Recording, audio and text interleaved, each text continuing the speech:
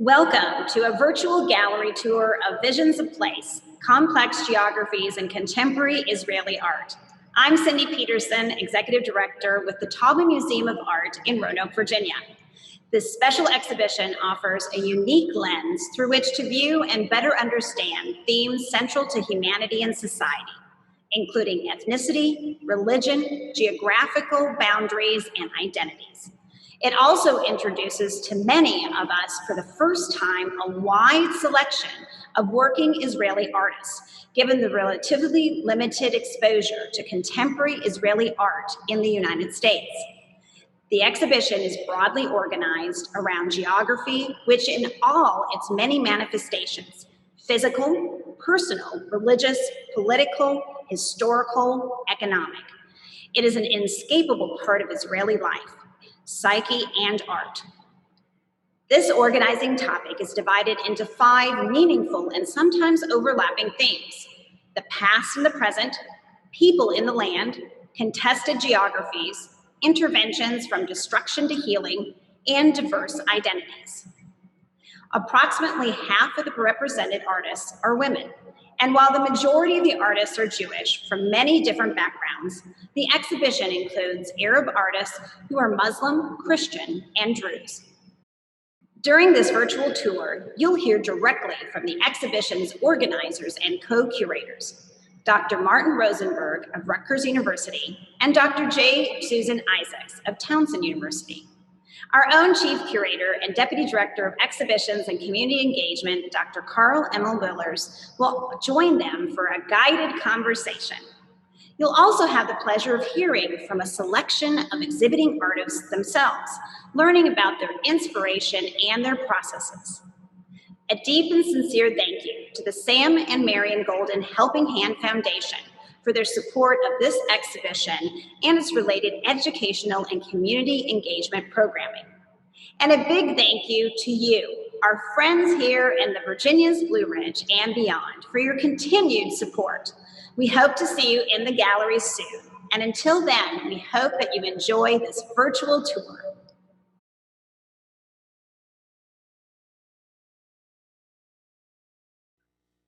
Hello, my name is Carl Willis. I'm the Chief Curator and Deputy Director of Exhibitions and Community Engagement here at the Taubman Museum of Art. We're here in the opening gallery of Visions of Place. It's a very large and amazing exhibition that you've pulled together. And the subtitle for the exhibition is Complex Geographies in Contemporary Israeli Art. And I was just wondering if you could tell us a little bit about how you arrived at that concept of complex geographies and what you really mean by geography within this context. When we were in Israel and looking at a lot of work, we started to see a thread that went through so much that we saw. And the thread had to do with the land, the geography. But it was even more complex than that, which is why we gave it the term complex. So we started learning about modern geographical studies. In other words, modern geography, the field, which is not just mapping. Although there's work in the show that deals with mapping and borders. But there's social geography and political geography and economic geography. There's even the geography of wines. So that coming out of the idea of our earlier exhibition of a complex weave, we decided that after looking at a lot of work, that we would call it complex geographies. You know, as Susan was saying, our understanding of geography now is social, political, economic. It deals with gender. It deals with sexual orientation. So it raises some really pressing issues. For example, the weight of history and how the past shapes the present, competing views of history, relationship to place and disputes over territory, acceptance of difference in a diverse society, tradition versus modernity. That's all about geography. Do we maintain the old? How does the old affect the new? Issues of identity and all their complexities, and also conflict versus peaceful coexistence. And those are just some of the key issues that are raised under the context of geography. And let me just point out that one of the things that we felt very strongly is these are not just the issues of contemporary Israel, they are the issues of the world today. These are the 21st century issues that are the most pressing throughout the world. And that gave us another very strong impetus for seeing Israel as a kind of microcosm of these much larger issues that not only affect them, but affect us in the United States and everywhere else in the world. We have 50 works, and they're all grouped around a central theme. Artists take different approaches. And so you sort of ask yourself, what works will really talk to each other in a very interesting way? And also within each sub-theme, how can we show a diversity of groups? And some of this is almost unconscious. And so because Israel is a place of millennia, eons of history, and of course, it's also the land of the Bible, both the Hebrew Bible and the New Testament. And it also figures prominently in Islam. So the past and the present seemed like a really obvious choice because so many artists deal with the present in relation to the past in so many interesting ways. And of course, artists have the freedom, they're not documentarians, they have the freedom to play with history, to elide it, to emphasize certain things and leave out others. And so you get this fascinating range of possibilities in relation to a theme such as the past and the present. Now, people in the land, again, was such an obvious one because Israel has one of the most diverse populations in the world. People come from everywhere. They have every background. It's not only the center of the three major Abrahamic religions, it's the center of the Baha'i religion. And people come from all over in a tiny country with less than 9 million people. And of course, the relationship to the land was absolutely fundamental to the return to what became the state of Israel by Jews from all over the world. It was the basis of the Zionist movement. So again, that was a very obvious choice. And of course, contested geographies. Now, what oftentimes happens in exhibitions of Israeli art is it's only about the contested geographies.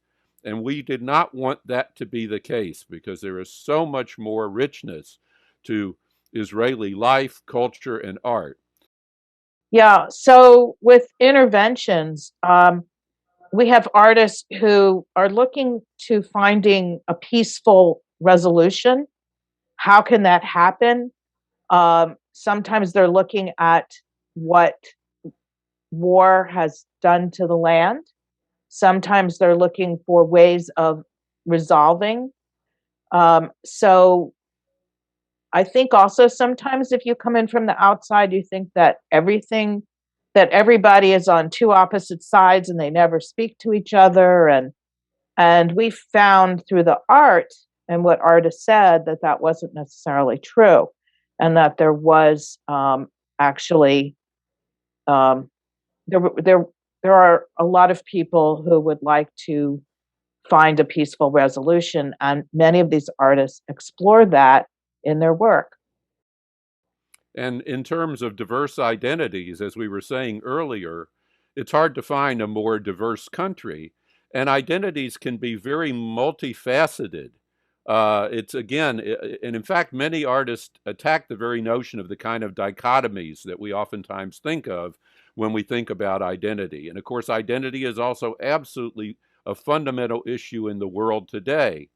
And so we found a number of different ways that artists explore their identities in very, very interesting and complex and multifaceted ways.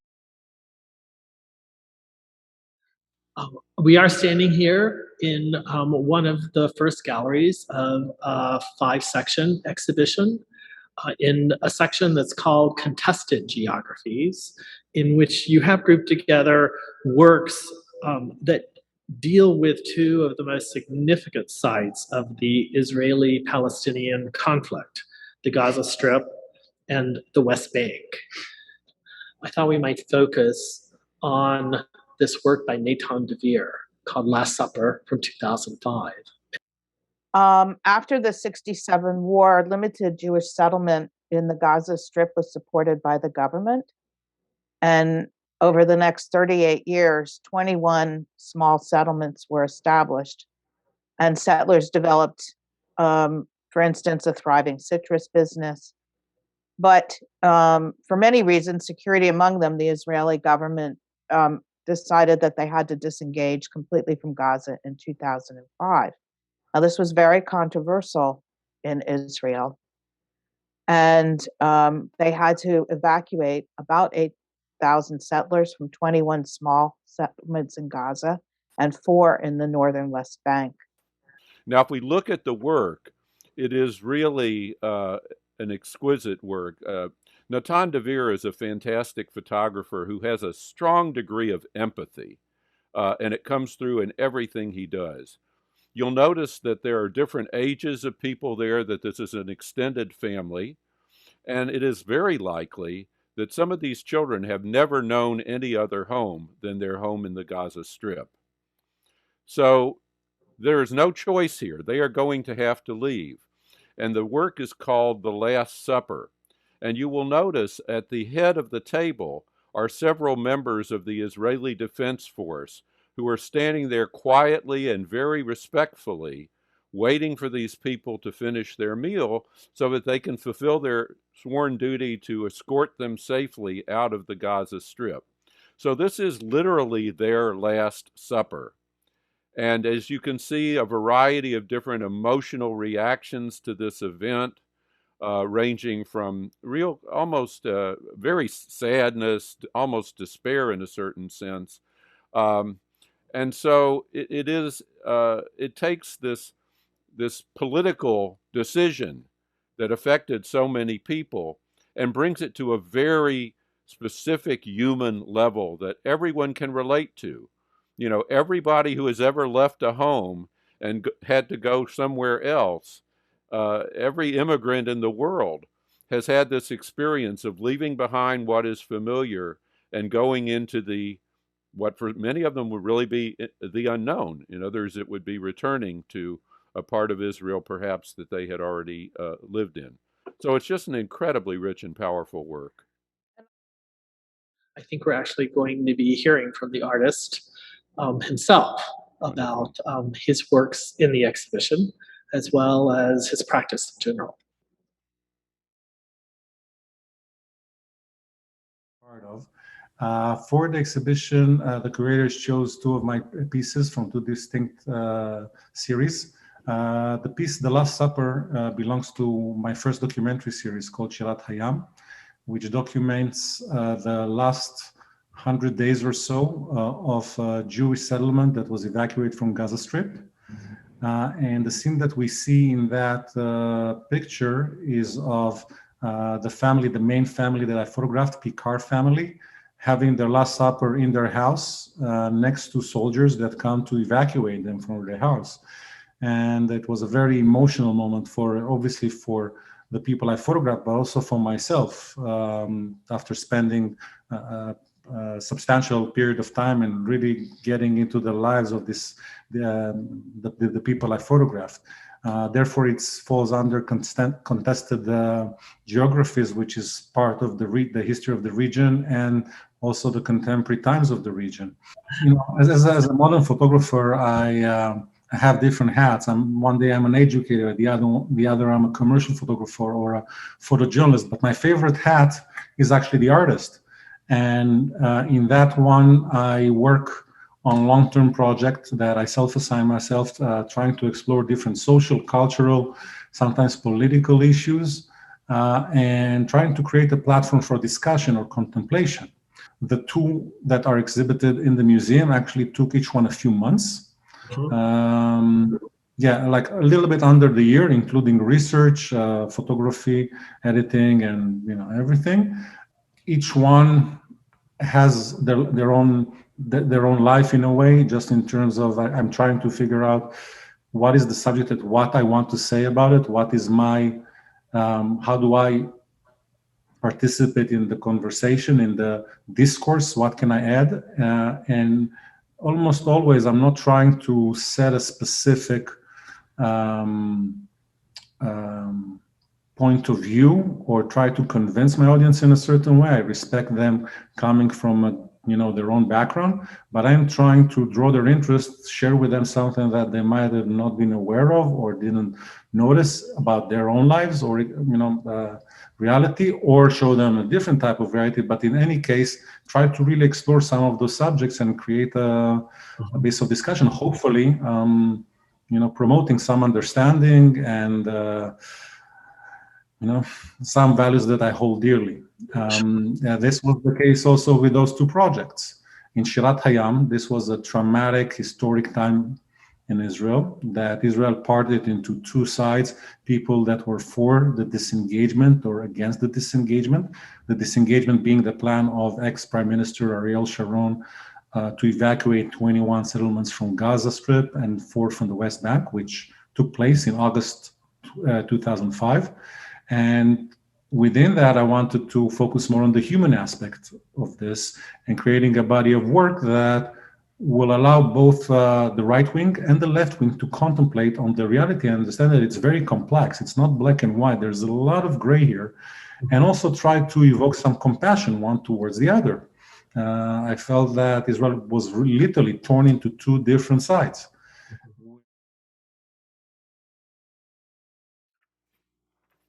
Here in a section of the exhibition called Interventions from Destruction to Healing, we're standing in front of a work by Ariane Lippman from 2015. It's a complex installation work with many parts. This section of the exhibition deals not only with the successes and achievements, but also war, destruction, and conflict within the area, and the way that artists deal with those issues in their work. Susan and Martin might give us a little context for this multi-part installation piece. She was born in Switzerland, but she was educated in Jerusalem, where she lives and works. She holds many degrees. She holds a BA in International Relations and History and an MA in Art and Aesthetics from Hebrew University.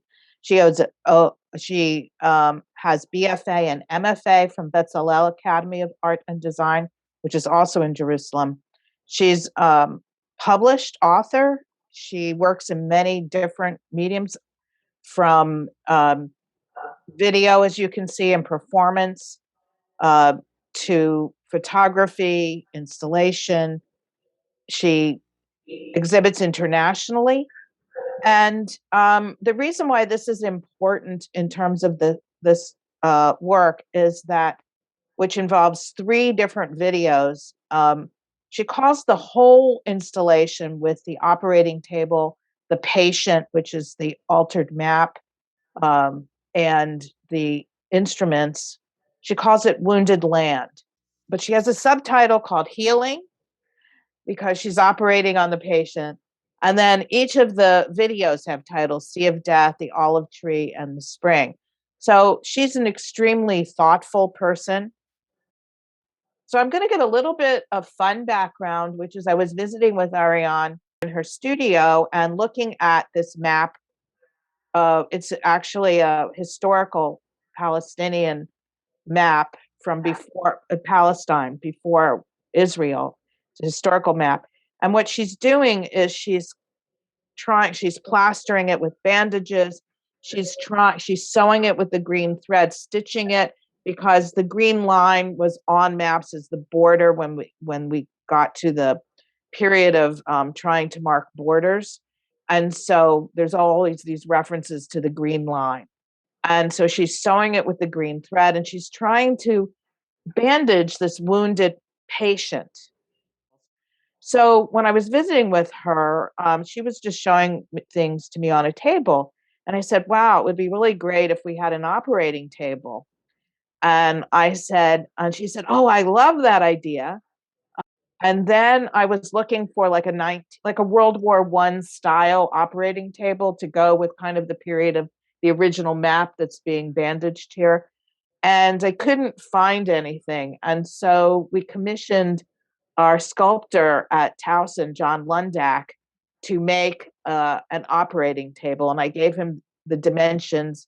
And so he created this. And so that it wouldn't be even heavier than it is, you can see that he used a mesh, a steel mesh, so that for the tabletop.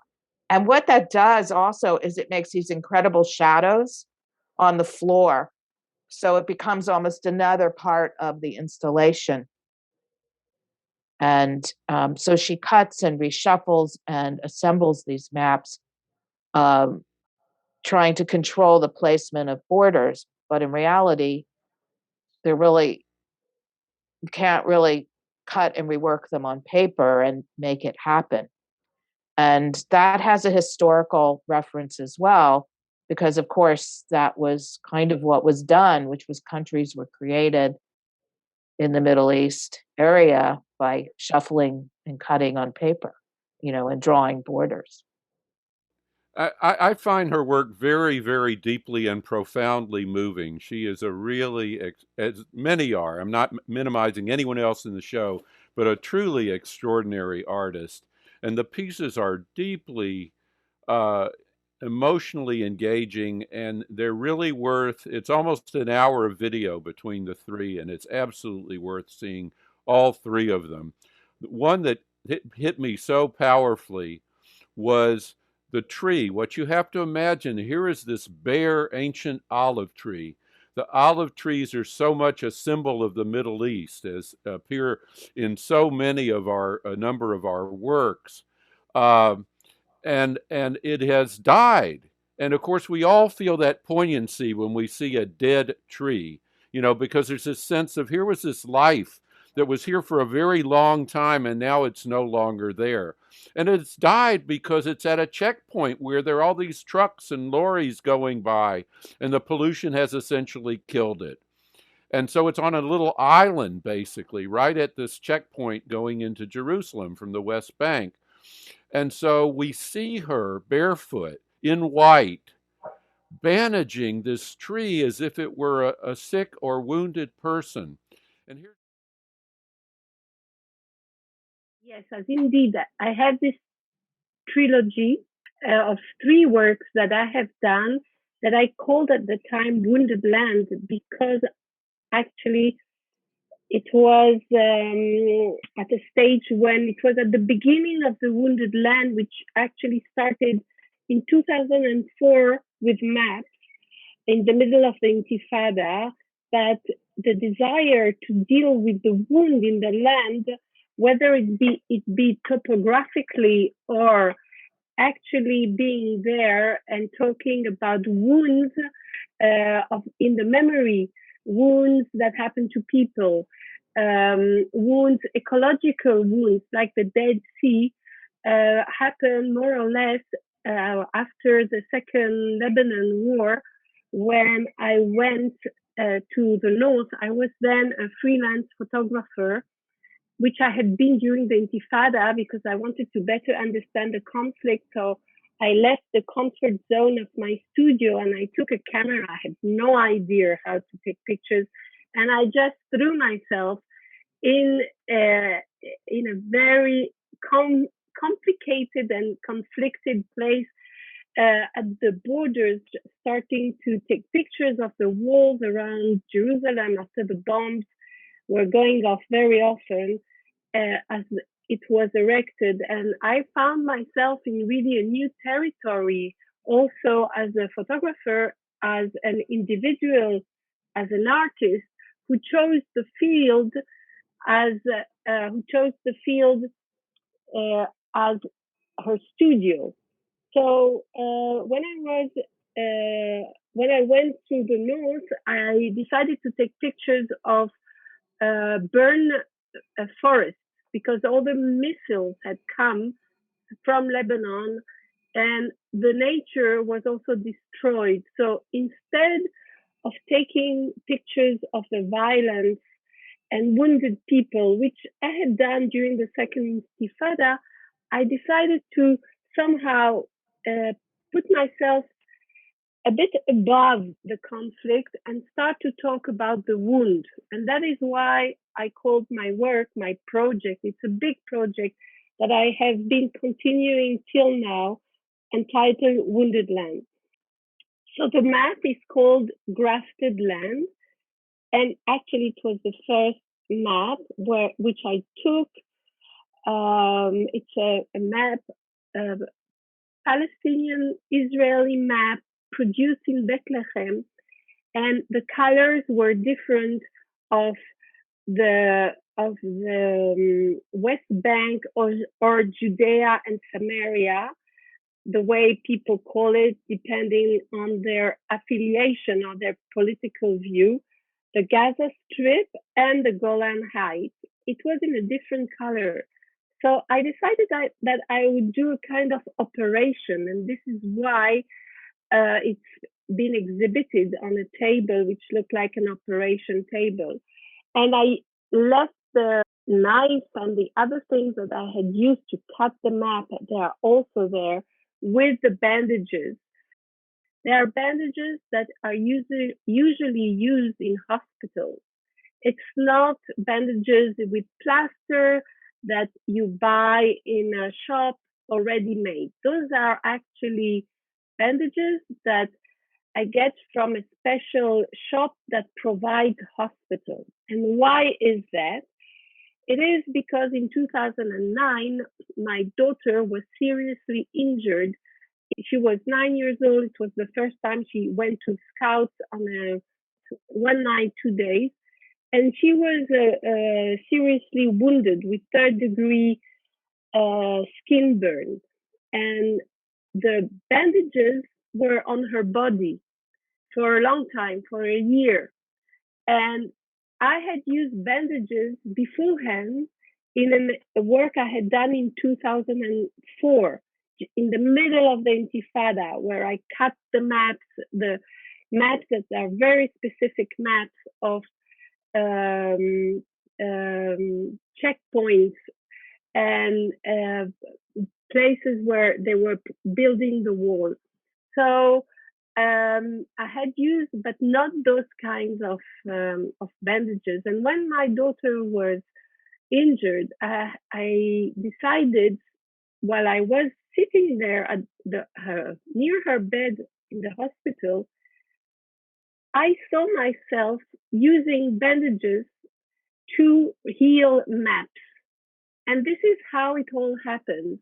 Much of my work is inspired by very personal things that happen in my life and then are projected onto very various issues that are national or that are historical.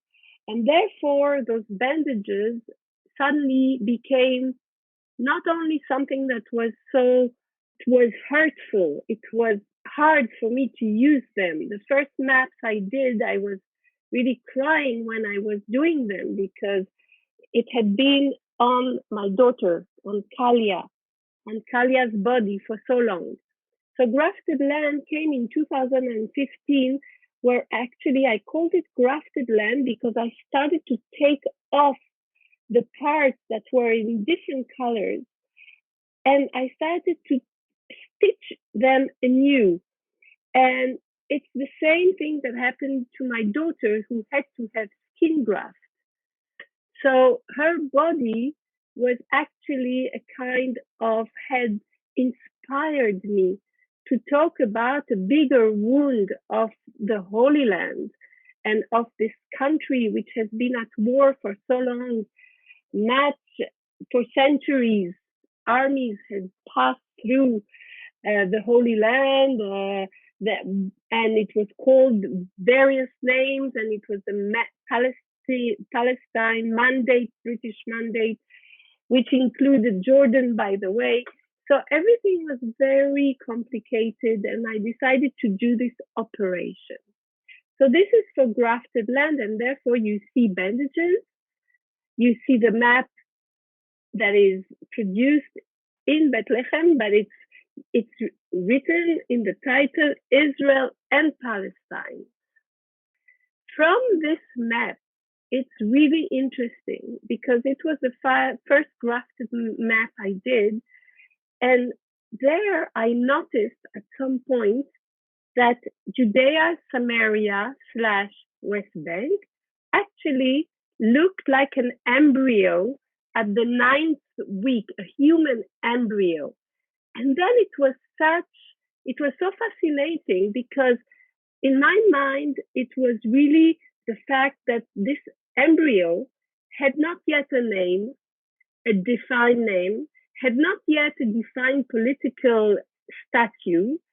And I have been doing then many works with new maps which I have detached this embryo, which is embodied at the center of the map. It's like the heart, like the lungs. It's the beating heart of the area, Judea, Samaria / West Bank, whatever. But it's something very strong. So I did other work taking out this embryo as if it was an orphan, totally detached from the mother map. And this is where the motherland comes in when I work and I deal with such issues as a mother, as a woman of the motherland also.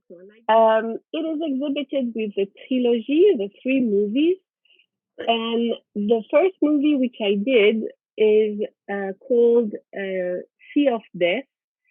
And actually it was done a year after the injury of my daughter. And I wanted to be myself mummified, my whole body being bandaged in the Dead Sea, because it has the wound of an ecological disaster. The Dead Sea is dying slowly because of all kinds of industrial extraction and sinkholes that you have there. So actually the Dead Sea that I knew 30 years ago is not the Dead Sea of today. So I wanted to bring together the affinity of human life and the finity of such a sea, or the infinity also. And it was a very, very hard performance. It was I had done only 2 performances before, and this one was really hard because slowly the woman that bandaged my body, she used to work in hospitals, and slowly I couldn't move, I couldn't hear, I couldn't see, I couldn't talk, and I was really very vulnerable. And also I didn't know that I would be left in the sea on my own. And that was a very intense moment. And I had many thoughts in my mind while this was happening. Also many deaths, many wars, many victims, many personal stories in my life, in my family life. And that was a very difficult work to do. So very intense. As I think as an artist, it is important to do the symbolic acts, outings of saying something and saying there is maybe another way where you can heal, and you don't have only to be in very violent situations, but you can try to repair and maybe direct the gaze of the viewer in a different way. So this is why it is so important for me as a woman to deconstruct maps that are usually maps that show power. It was always this way. So I totally deconstruct them, and I try to heal them. And I try to heal the landscape.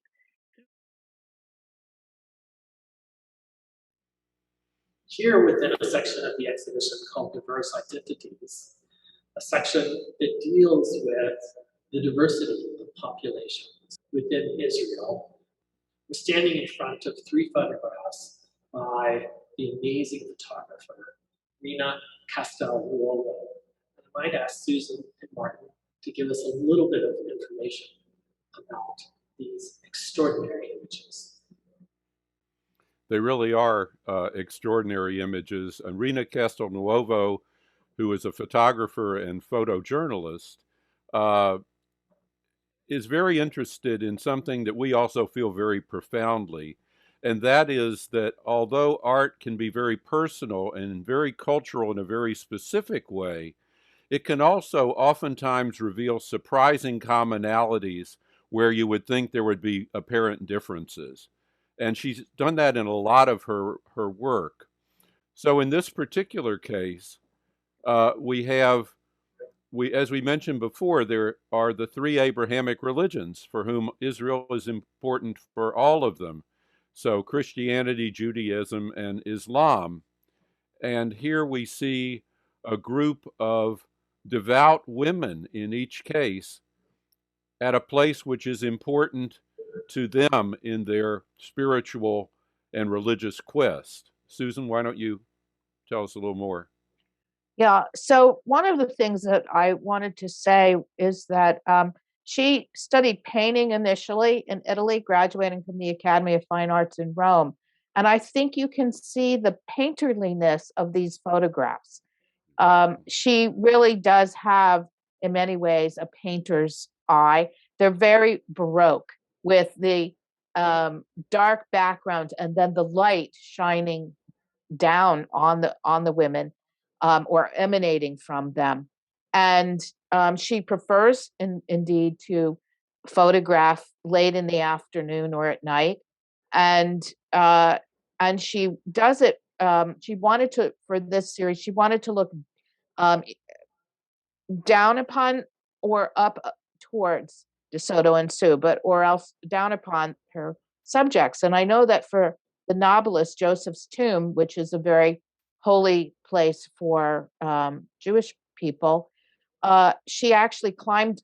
It had been bombed, and there were holes, and she actually climbed a ladder so that she could look down in and photograph from above.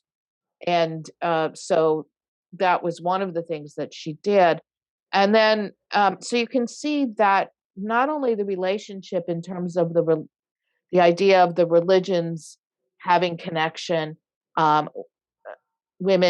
religious women, but also utilizing the light and the night and the darkness to carry that out. And so they become really powerful images in that sense.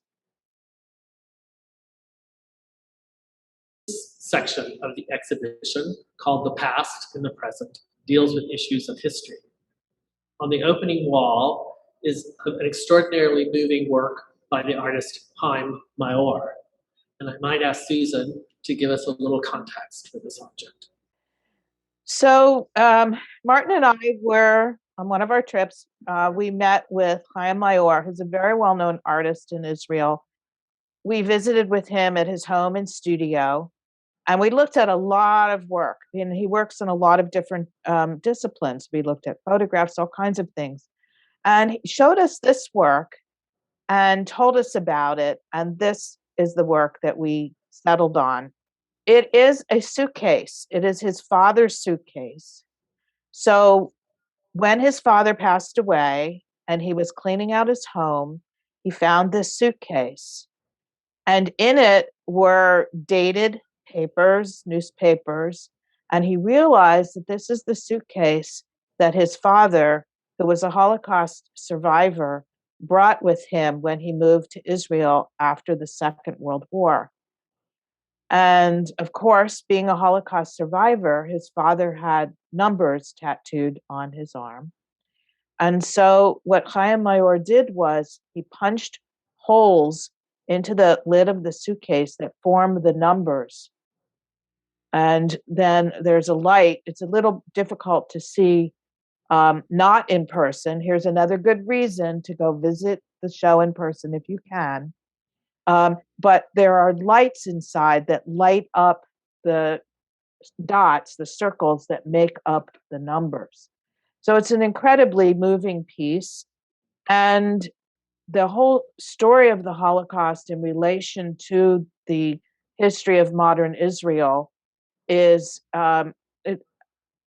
it's very complex to go into it, but in terms of Zionism, there was the anticipation that the Jews really did need a home, and the idea was that many Jews would come from Europe to Israel, but with the Holocaust, so many Jews were killed that it was a relatively small number compared to the Jewish population before the Holocaust and before World War II. Yeah, as I'm sure everyone knows, it's only after the Holocaust, during which 6 million Jews were murdered, including 2 million children, that finally the British gave up control and Israel was able to declare independence in 1948. So this work bridges that terrible time to the time of hope, as about 500,000 Holocaust survivors ultimately came to Israel. In introducing this section of the exhibition, we speak about Israel as a country in which the residues of history are palpable.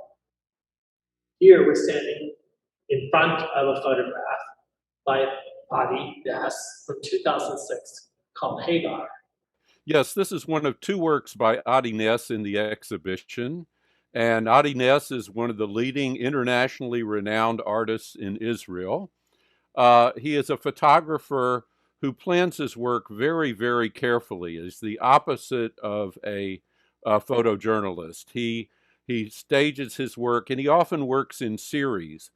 And this is from a series called Biblical Stories.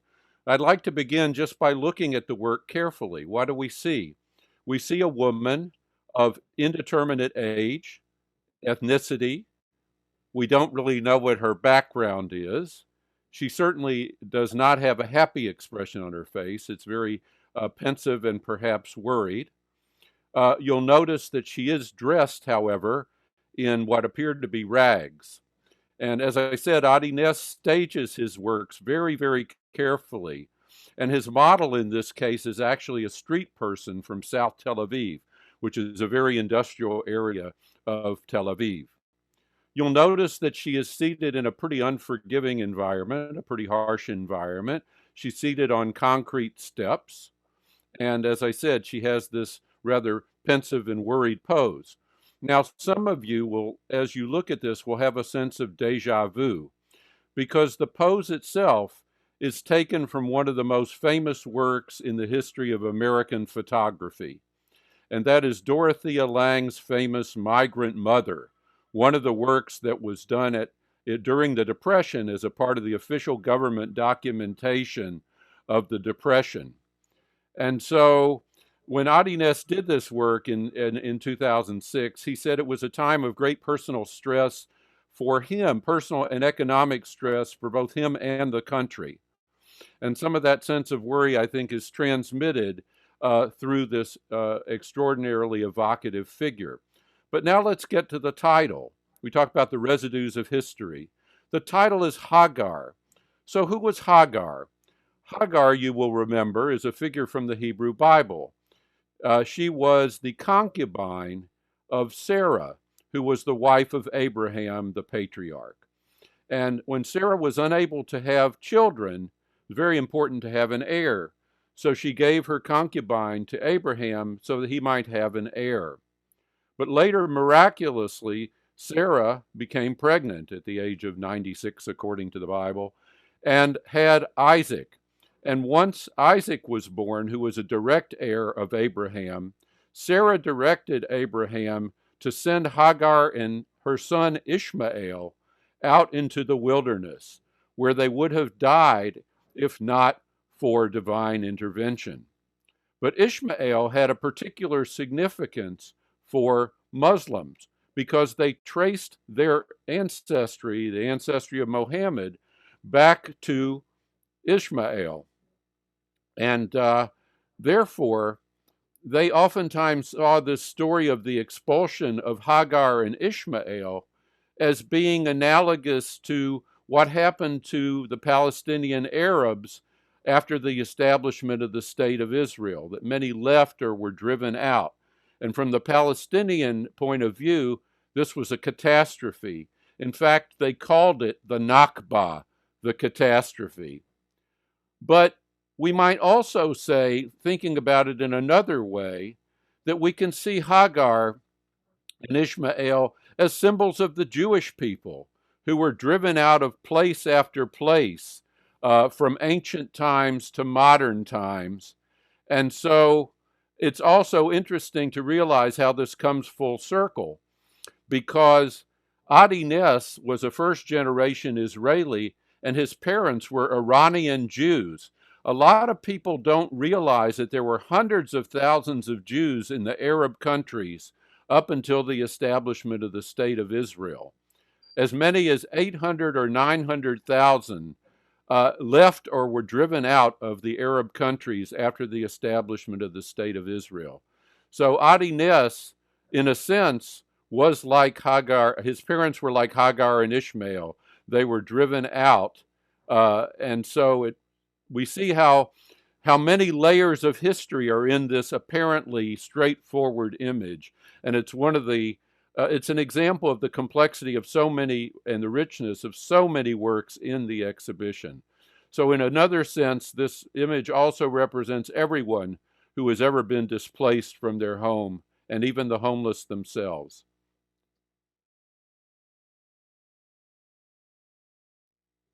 Here, a final section of the exhibition, People in the Land, explores the Israelis who indeed follow three major monotheistic religions: Christianity, Islam, and Judaism.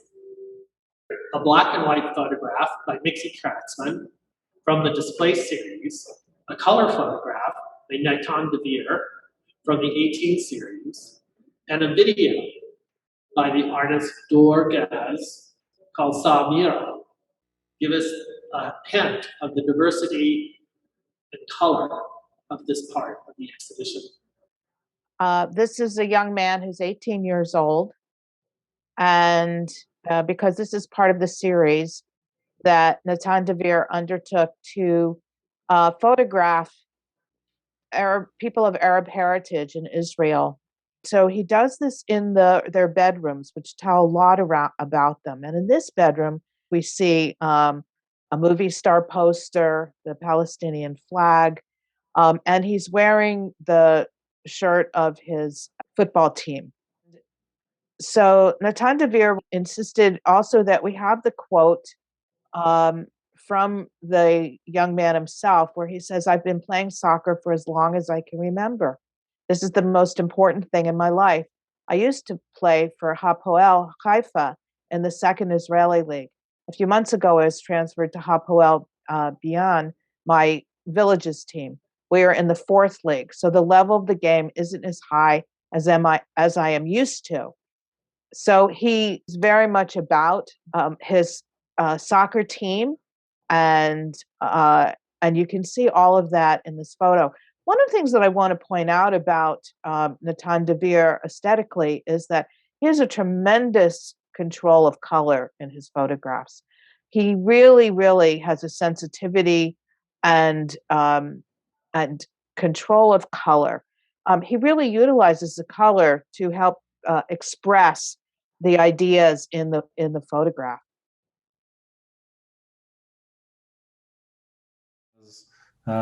Everybody likes to talk on the news, either on the Jewish people in Israel or the Palestinian, the West Bank, Gaza, and other territories around Israel. But this unique population, I think, holds a lot of knowledge and secrets, or maybe even an opportunity for some kind of resolution or moving forward. And I wanted to explore in that series, how can one person represent and document the other side, how to create a body of work on a conflict that doesn't fall into the stereotypes that are, I could photograph them definitely, but I didn't think it's going to make any change. And I wanted to create a different kind of conversation around it by surprising my audience and humanizing the people that are basically on the other side. With the Project 18 about the Arab population of Israel, I focused on people that were 18 years old, because 18 is a very important age in Israel. It's when you graduate from high school, you're being acknowledged as an adult in the society, you're being given the right to vote for the parliament.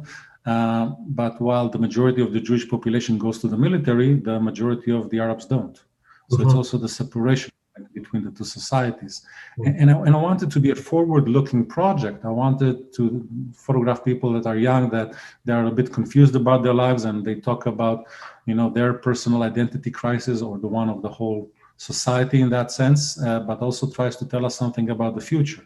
And the project by itself isn't really political. Some of the projects are more political than others, but it is an invitation to get closer.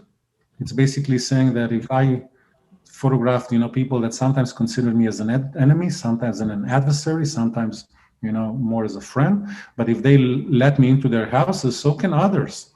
And it is a call for us to reflect about, how do we visualize the other, how, we might be missing some things. And if we just care to ask some questions, we might find that the other side is not as horrible as we might think. I think, for example, living in the US after the 2016 elections, during the years until the 2020 elections, there was a polarization in the society that was extremely dramatic. And, I don't think that the US suddenly became good people and bad people, and you can, decide who are the good ones and who are the bad ones, depending on which side of the aisle you stand on. But it was just people with different opinions that stopped understanding each other. And this was the rift. This is how, the gap widened, and now hopefully, things are starting to move a little bit closer once towards the other, even though that I'm not 100% sure.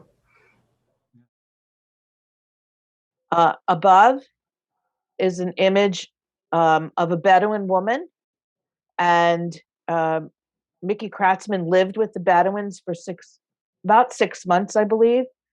We met with Mickey Kratzman when we were in Israel, and that's eventually how he gained their trust and was able to photograph them. And the Bedouins have had a very difficult time. They are a nomadic peoples, which is a very hard thing to be in a small country where land is very important, because there isn't a lot of it. And it's also, Israel has shifted very much from an agricultural society to a technological society. And so the Bedouins, how do they find their place in this changing world? And Mickey Kratzman did a lot of photographs in this series documenting this.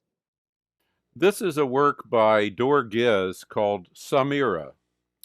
And Druze has a very interesting background because he is the product of a Tunisian Jewish father and a Palestinian Christian mother. And this young woman is in fact his niece. She is a young woman who is a student in psychology at Hebrew University. And when she speaks, she's being interviewed by the artist. And when she speaks in a vernacular Hebrew. So when you look at her, she could be Jewish, she could be Muslim, she could be Christian, she could be anything. You have no earthly idea. So where does this title Samira come from? Well, as Druze is interviewing her, she is working in a pretty Tony part of Jerusalem, the German colony, and she's working in a restaurant. And her name is Samira, which is an Arabic name. Now, Arabic and Hebrew are very close together. If I want to say peace be with you in Hebrew, I say shalom aleichem. If I want to say it in Arabic, I say salam alaikum. So she's working in this restaurant, and one day her manager says, some people are complaining about being waited on by this Arab girl. And she's really kind of taken aback by this. And so the manager says, why don't you change your name to Mina, a more Hebrew name? And they get into this kind of argument and so on. And so finally she settles on Mira, which is kind of a compromise. But she basically is told, if you don't want to do this, you can't work here. And so Dorguez is talking to her about what this means to her, how she feels about it. And at first she tries to sort of, have the insouciance of youth, but she gets more and more upset as the interview goes along. And she talks about how it really stinks that somebody, doesn't like the fact that she's an Arab. And she talks about even dating and so on and so forth. And I think one of the reasons why this video is so profound is it's a specific case of prejudice, but it is absolutely the essence of what prejudice is all about.